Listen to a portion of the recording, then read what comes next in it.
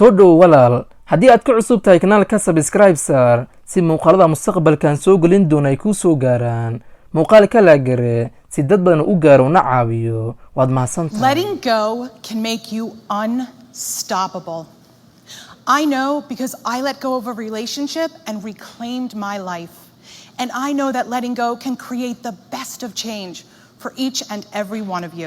I want to talk to you today about let it go. wax kasta nolosha kugu dhaca way qornaynay kugu dhacaan adigana waxba kama bedeli kartid.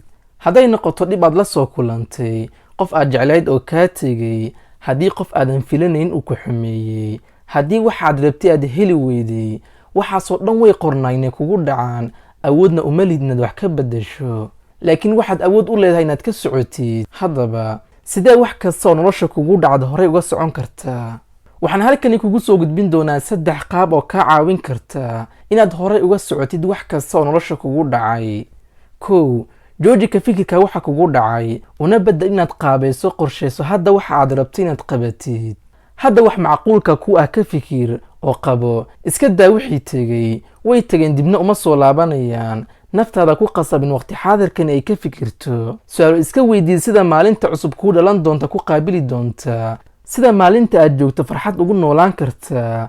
kuwa ayaa u baahan inaad ka fikirto noloshu waxa ay qiimo leedahay marka waqti xaadirkan ka fikirayso mustaqbalkana u diyaar garoowaysid. 2. iska cafi qof kasta oo ku qiyaamay ama qalbiga ka dhaawacay.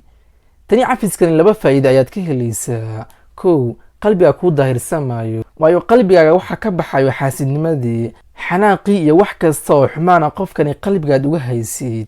2. culayska qalbiga ka sanaya ka degayo waxaad dareemaysaa fudeed waxaadna u jeesan doontaa ka fikirka mustaqbalka halka markii hore aad ka fikiri jirtay sidaad qofkani u argusan lahayd. 3. u diyaar garow mustaqbalka waxaad yeelataa hadaf cad oo aad doonaysid inaad xaqiijiso inta aad nooshahay qorshe nolol noocay aad rabtaa inaad ku noolaato magaalade iyo sidee kugu suurtageli kartaa. waxaa jirta buug lagu magacaabo Start with Why uu qoray Simon Sinek. buugani waxa uu ku leeyahay wax kasta oo aad bilaawi rabtid ku bilow why oo ula jeedo sabab cad oo qeexan oo sheegaysa waxa aad rabtid inaad xaqiijiso. taasna mowduuc kale aan kaga hadli doonaa. noloshani aad bay u gaaban tahay ha ku lumin cimrigaaga yar yaad haysato inaad dul istaagto wixii kugu dhacay cashir ka baro ka soco waayo waxa si dhacay waxba kama bedeli kartid. ku raaxayso nolosha adigoo isticmaalaya in wax kasta oo kugu dhacay aad horey uga socotid.